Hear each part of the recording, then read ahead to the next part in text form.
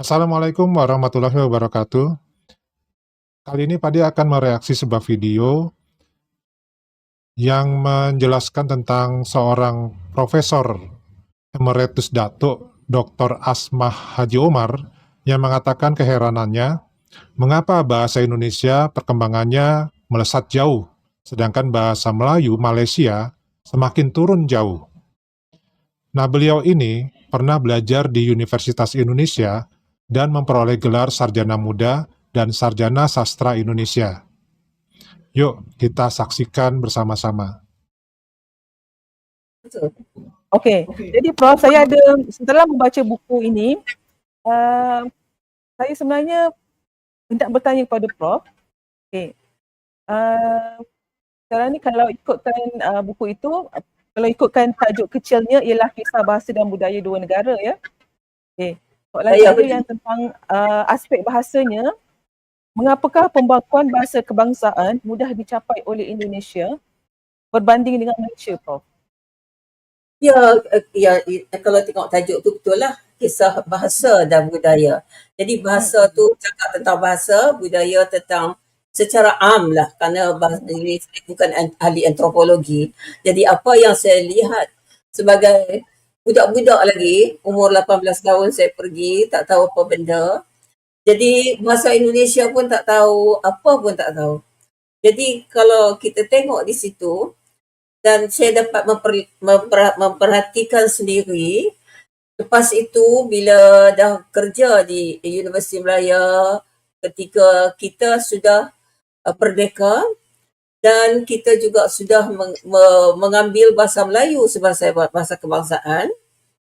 Kemudian kita mencuba menstandardisasi aspek-aspek tertentu dengan Indonesia. Yang pertama ialah ejaan. Memang waktu saya pergi dalam tahun 58, ya, baru 18 tahun, saya tidak pernah kenal apa itu Indonesia. Seperti orang kata macam usaha masuk kampung. Jadi bila saya tengok di sana, mereka sudah menggunakan bahasa yang dikatakan bahasa Indonesia sebagai bahasa pengantar sampai kepada peringkat universiti. Dalam urusan negara tu dah memang sudahlah. Jadi kita baru nak bertaktih kata orang, ya, nak bertaktih dalam kedua-dua bidang ini, ke pendidikan dan juga pengurusan negara. Kita masih gunakan bahasa Inggeris dalam pendidikan, bahasa Melayu baru nak mencapai peringkat sekolah menengah. Jadi itu membuka mata saya. Dan bila saya balik, saya tanya, mengapakah kita ini susah nak jadi macam Indonesia, sedangkan Indonesia sekejap saja. Kemudian saya buat perhatian sendiri dan menggunakan timbang, ialah satu, saya memperlihatkan apakah faktor-faktor yang memudahkan Indonesia mencapai tahap itu dalam sedikit masa sahaja selepas kemerdekaan. Sedangkan kita mengambil masa yang lebih lama. Iaitu kalau kita lihat, satu, terletak pada negara itu sendiri. Pertama, kita lihat dari segi demografi. Dari demografi, penduduk-penduduknya, yang saya dalam buku ini, saya katakan, eka corak, monokrom. Monokrom bermakna dia semua pribumi.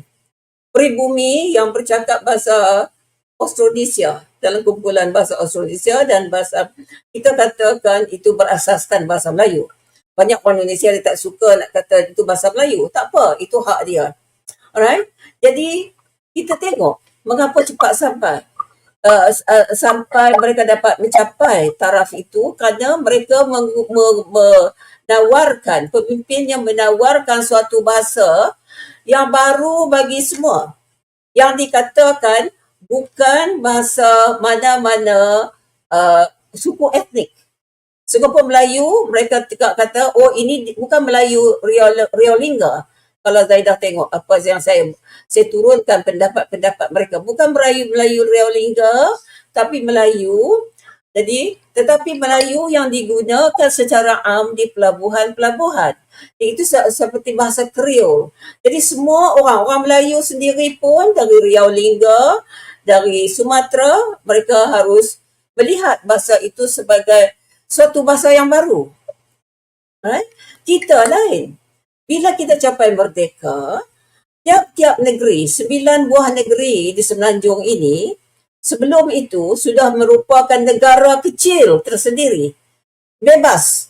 Masing-masing ada sultan. Masing-masing ada corak bahasa Melayu dia sendiri. Saya orang Kedah, saya tahu. Masuk keluar istana, tengok ini semua. Semua pakai bahasa Melayu Kedah sebagai bahasa resmi. Demikian juga di Kelantan, di Terengganu, di Johor dan sebagainya. Jadi bila kita bersatu, maka kita harus membawa mereka menerima ini semua dan lagi pula ada bahasa lain. Ya.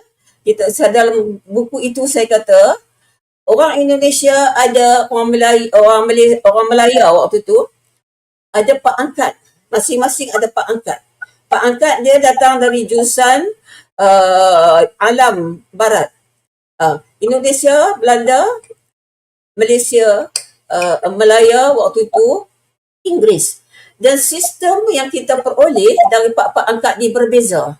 Jadi kalau dua adik-beradik mendapat pak angkat yang berbeza, tentu saja berbeza. Jadi kita, Indonesia lain. Jadi kerana mereka berperang bersenjata. Kita tidak. Ya? Kita bukan. Kita berperang, kita ada kita menggunakan keahlian diplomasi, kepakaran diplomasi. Ini tidak boleh dimalukan. Banyak orang Malaysia kata, oh kita malu, kita tidak perang ikut senjata. Mengapa kita malu?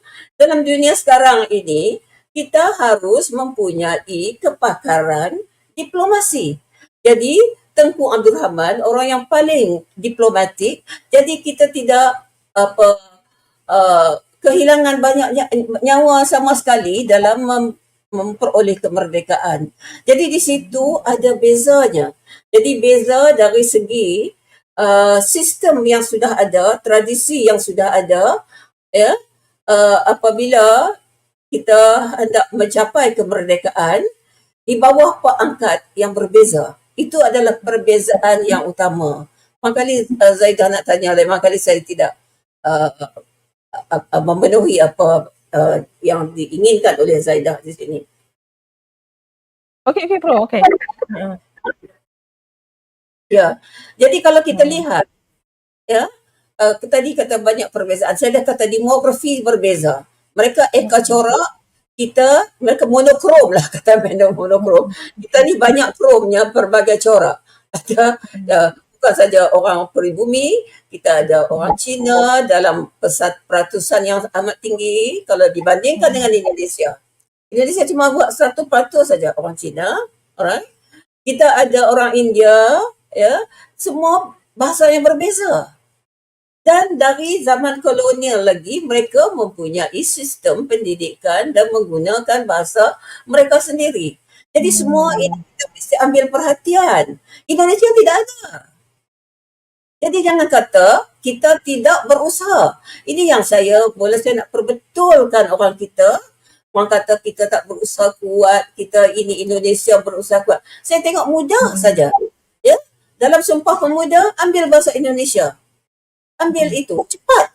Kita lihat banyak, ya, perdebatan dalam Legislative Council sebelum merdeka dan sebagainya.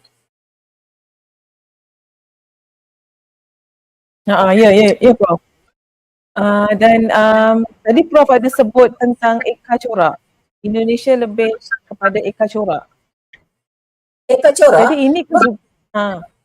Jadi ini ke yang juga menyebabkan bangsa Indonesia itu dah lama terbentuk berbanding dengan negara bangsa yang baru dua tekad ini baru muncul.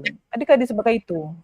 Sebagai suatu kesatuan politik, sebagai suatu bangsa negara atau negara bangsa, mereka baru terbentuk. Faham? Indonesia, nama Indonesia digunakan secara rasmi mulai dari 28 Oktober tahun 1928. Ada 3 Sumpah Pemuda.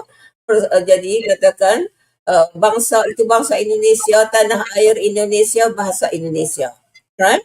Tapi mereka itu corak dalam arti kata, kalau kita lihat dari segi bahasa, kerana saya orang bahasa, orang antropologi memang kali dia akan bercakap lain. Bahasa-bahasa di Indonesia yang begitu banyak, kerana pulaunya itu dah berapa ratus pulau, itu semua bahasa Austronesia. Jadi satu keluarga dengan bahasa Melayu. Kalau bahasa kita ada bahasa peribumi. Bahasa peribumi kita pun dah 2 dah keturunan.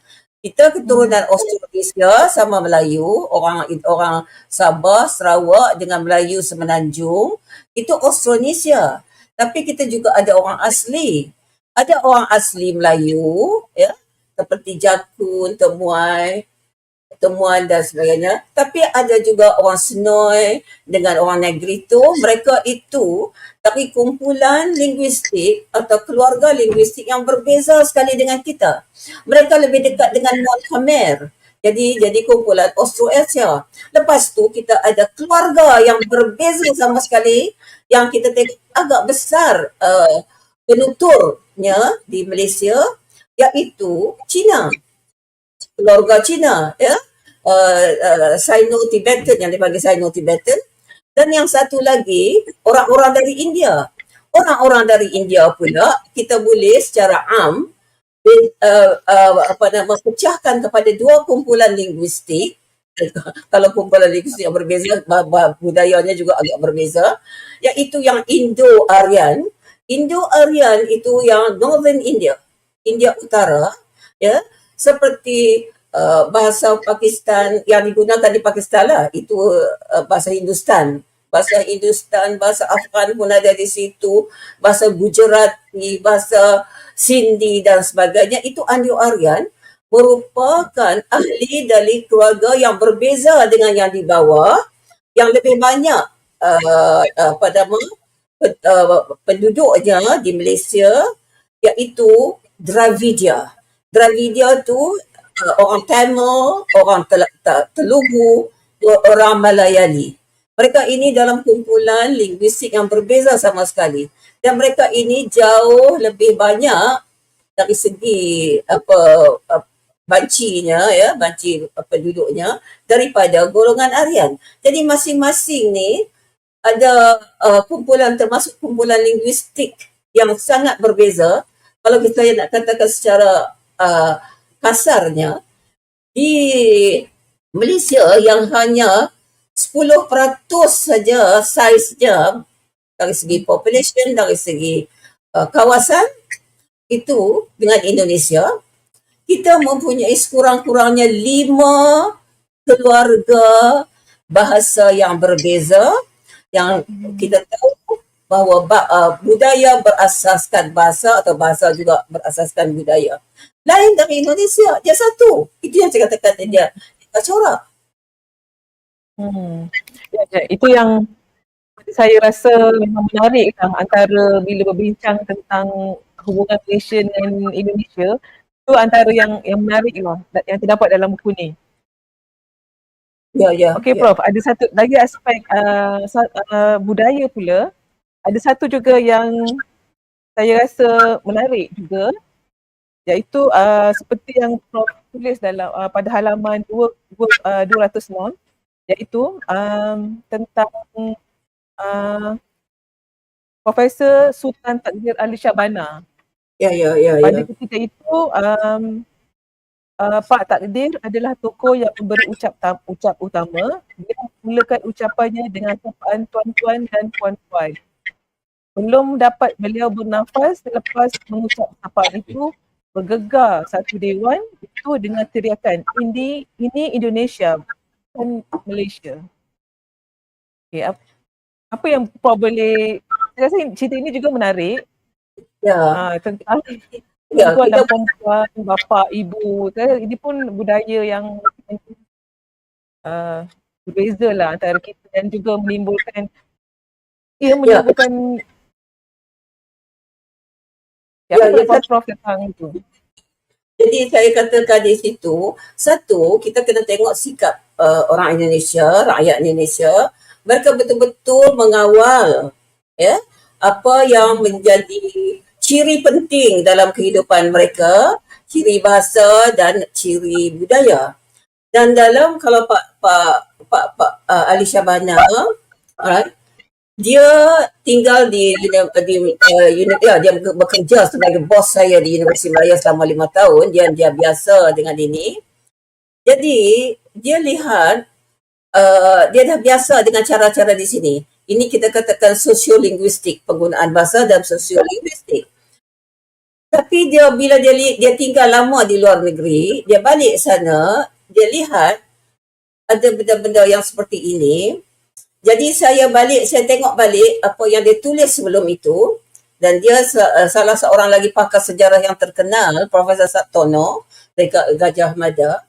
Satu perkara yang mereka masukkan dalam tulisan mereka ialah ada dua perkara yang menjadi hala tuju Indonesia bila mencapai kemerdekaan.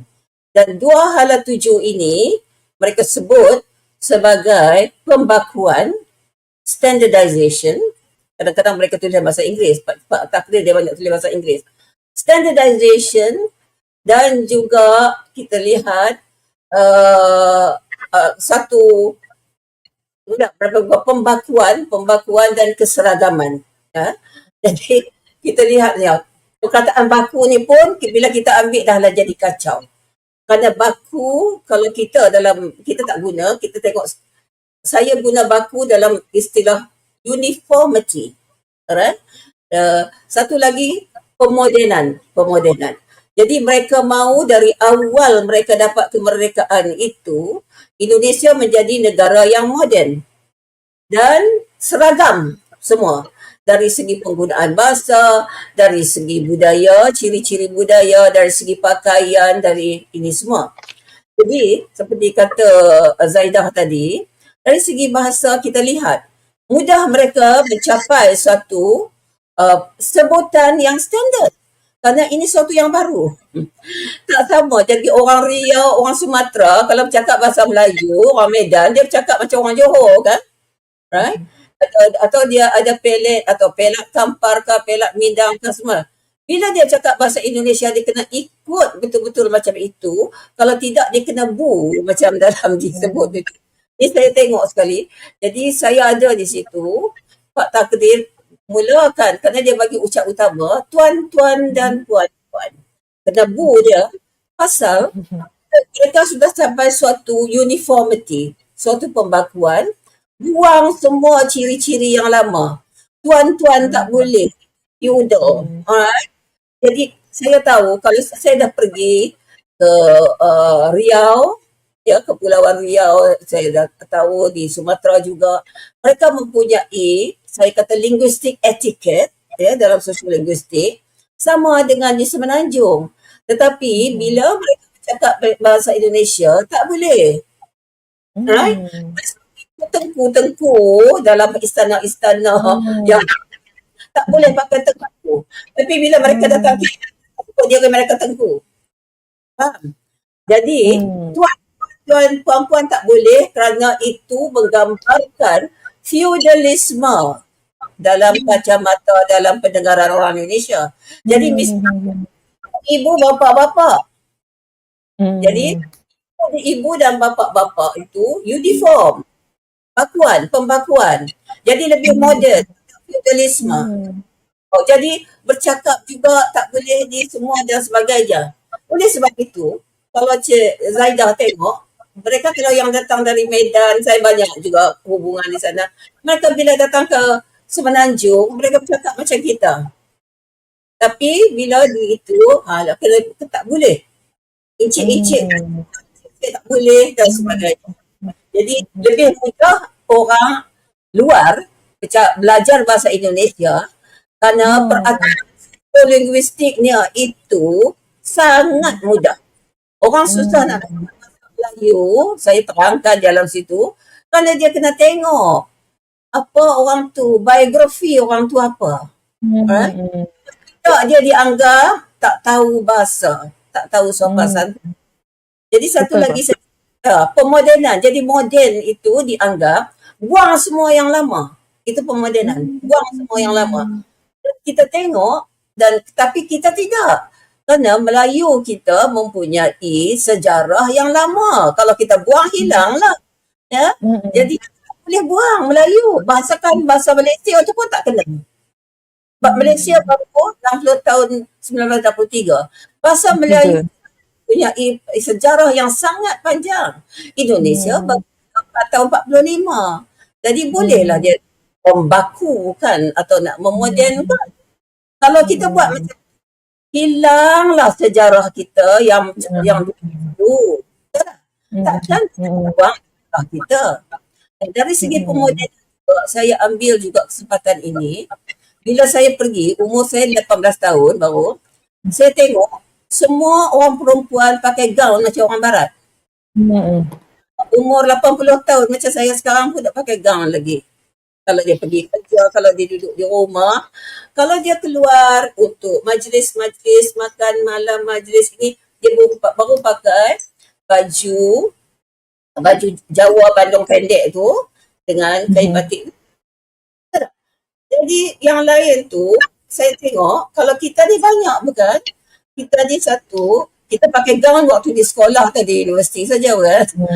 Tapi sudah kita kerja, kita pakailah baju Melayu. Jadi kita jadi kalau Cina, India nak pakai baju Melayu, baguslah tu. Kalau mereka tak mahu, itu hak mereka kan? Asal sopan. Jangan gaun sampai bukan?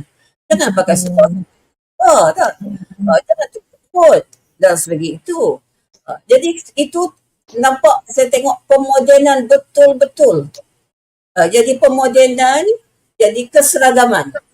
Jadi mereka buat dalam arti kata, dalam baju pun moden. Jadi bila mereka, saya pakai baju kurung, kalau ada apa mereka kata kolot. Nama saya pun pakai binti. Mereka kata ini udah uji itu ulu. Mereka jadi moden, kalau dah kahwin pakai nama suami. Jadi saya kata kita dah di Malaysia kita pakai binti.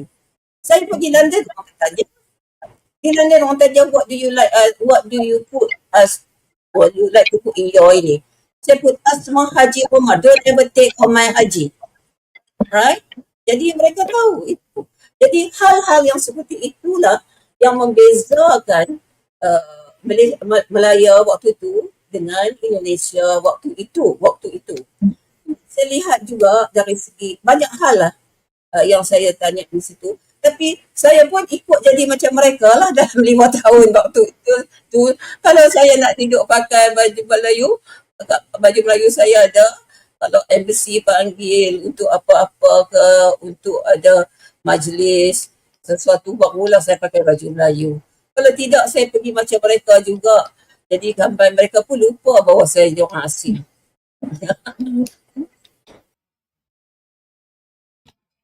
Ya, jadi profesor ini menceritakan masa-masa dia ketika kuliah di Indonesia pada tahun sekitar 50-an dan 60-an ya. Di mana dia berkuliah di Universitas Indonesia dan mendapatkan gelar sarjana muda dan sarjana sastra Indonesia. Nah, di sini beliau menceritakan bagaimana perpaduan bahasa-bahasa yang ada di Indonesia, bahasa daerah, itu dilebur, disatukan dengan yang namanya bahasa Indonesia. Kemudian juga budaya. Dalam hal ini beliau bercerita bahwa pakaian yang digunakan pun ya ini juga dilebur ya menjadi suatu permodelan bahwa untuk hal-hal yang sifatnya resmi kita menggunakan pakaian yang sama ya atau menggunakan kemeja ataupun gaun. Nah, hal-hal seperti inilah yang mendukung begitu cepatnya bahasa Indonesia dan budaya Indonesia ini berkembang sampai dengan hari ini. Nah, beda dengan di Malaysia.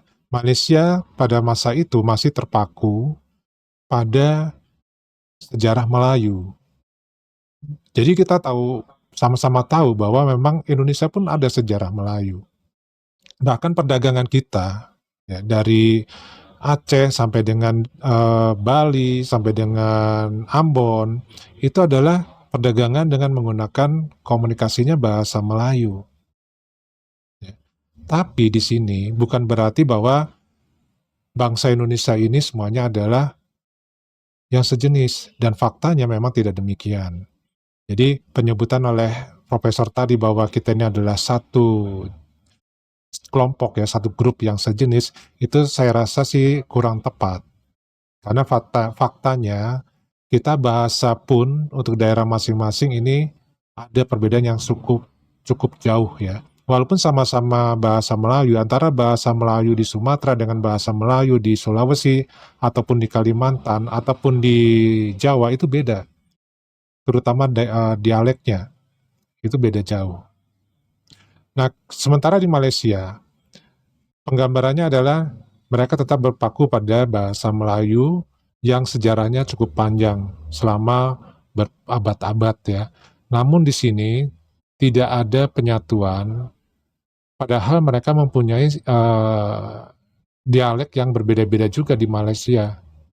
Ditambah lagi dengan adanya suku bangsa asing yang masuk ke Malaysia, yaitu dari Cina dan India. Namun di sini mereka merasa tetap memerlukan untuk menghargai bahasa Melayu, sehingga mereka mempertahankan itu, namun tidak dirawat. Di mana akhirnya di Malaysia sendiri memiliki keakuan yang cukup tinggi untuk masing-masing suku bangsa yang ada. Nah, beda dengan di Indonesia. Suku bangsa yang ada itu semuanya dibikin untuk bisa membaur. Bukan berarti di Indonesia ini tidak ada suku bangsa asing ya.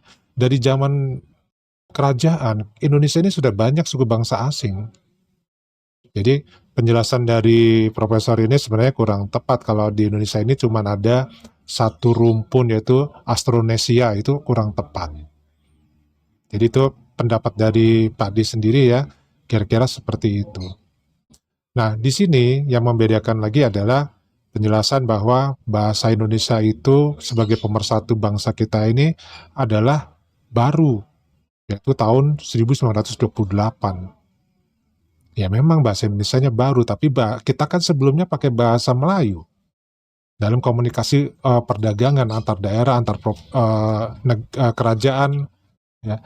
Nah, sementara bahasa Melayu sendiri sama sebenarnya sejarahnya dengan di daerah Malaysia. Ya, pakai bahasa Melayu kuno.